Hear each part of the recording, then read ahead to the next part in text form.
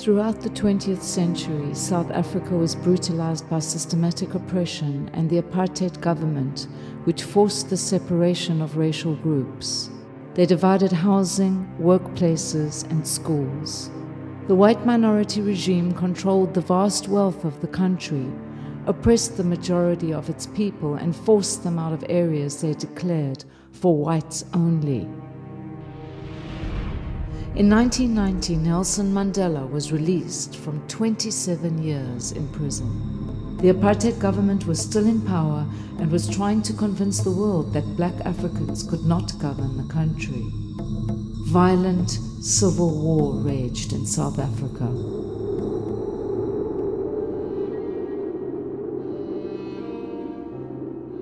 At that time, the racial situation was so bad. It was so bad.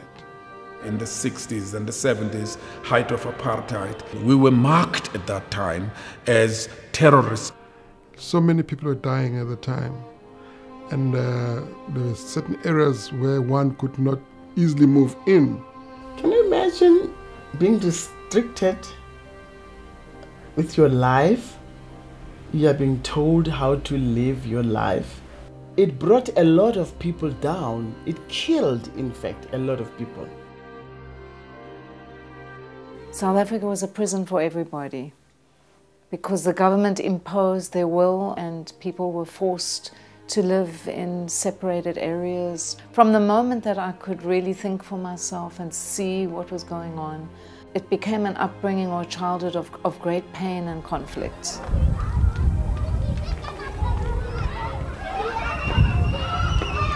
Sharon Katz, born in racist South Africa, who seemed to have missed it all.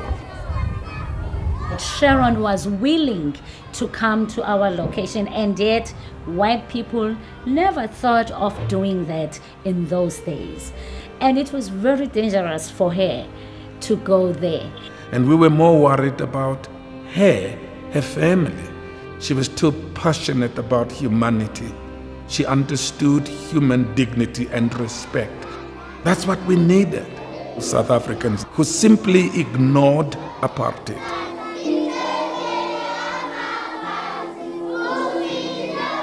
There was one group of children that came from the most impoverished area, and I used to go and sing with them.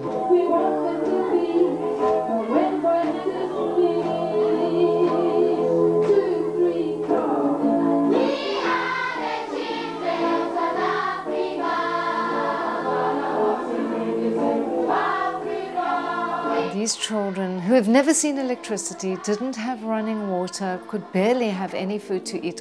And they were so happy. The smiles on these children's faces, it says a lot about how the human spirit can triumph over very difficult circumstances if there's music. It was something new for us, we were all excited. The whole school was buzzing. We've got white people in our premises. We were told that they were going to teach us some songs, and we go to sing with other white kids, colored kids, Indian kids. Mandela had just been released from prison, and I was inspired to do something that had never been done before. Unite children from all racial groups into one huge choir to blend our voices together and express optimism and hope for the future of our country. And you hold your Africa till it's time to come in again, okay? Do you like it? Yes. Our schools were all separated at that time, and I had to rehearse black children in their schools in the black townships, Indian children in Indian schools in the Indian areas, colored children in their schools in colored areas, and the white children in their schools in white areas. This was apartheid. The mission and the vision that she had, I had the same thing, because it wasn't just fighting for freedom, you have to carry AK-47, but also with your mind. Eventually we found a way for all the choirs to come together in one place for combined rehearsals.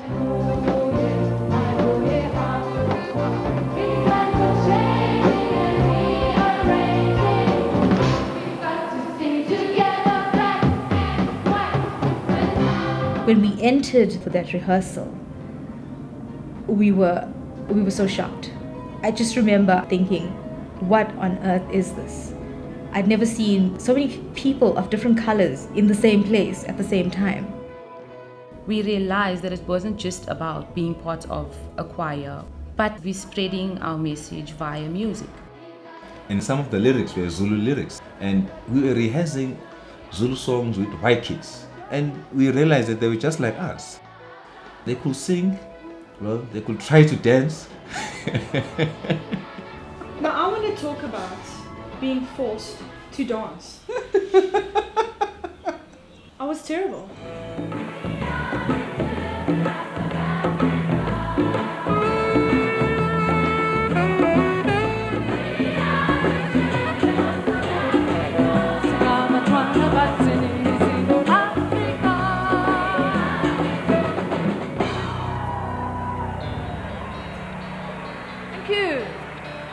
After the success of the first show, it just struck me. We have to take this message all over the country now. We need to travel by train because there's no bus big enough to carry 500 children. There's violence all over South Africa. People are fighting and the old government likes it that way. We'll call it the peace train, and we need to do it as soon as possible for our beautiful country to survive and move into a new era.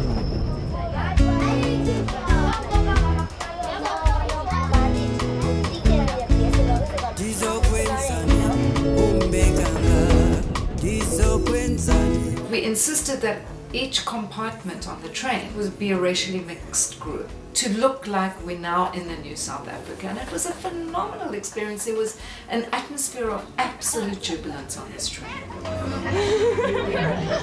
We were all treated exactly the same. Nobody was any better or any less. We just enjoyed each other's company. The only time I could ever be myself was when I was with the choir. They were my friends. They weren't looking at me as this white girl. The kids had to choose someone who was going to be their leader, and they all voted for me. And I was surprised because growing up in South Africa, where white people were always in charge, were supreme, now you find a situation where white kids are voting for me, saying they want me to be their leader, and that changed my life.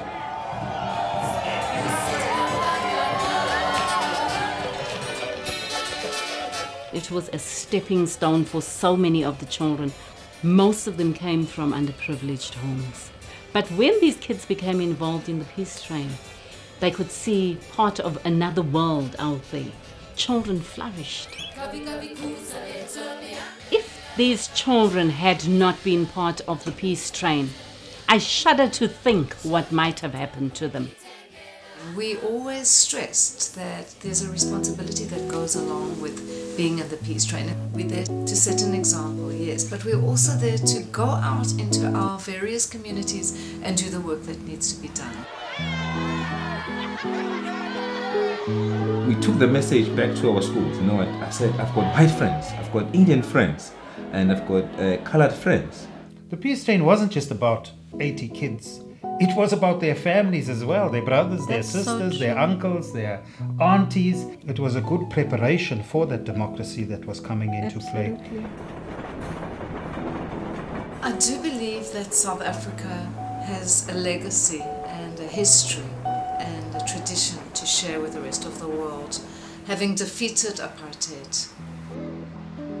In retrospect, when I think about that moment when we all were there for that first rehearsal, I can only imagine how beautiful it must have looked, you know, sitting in the audience and watching these kids in all their different school uniforms, having this moment in history that most kids at that time would never even imagine.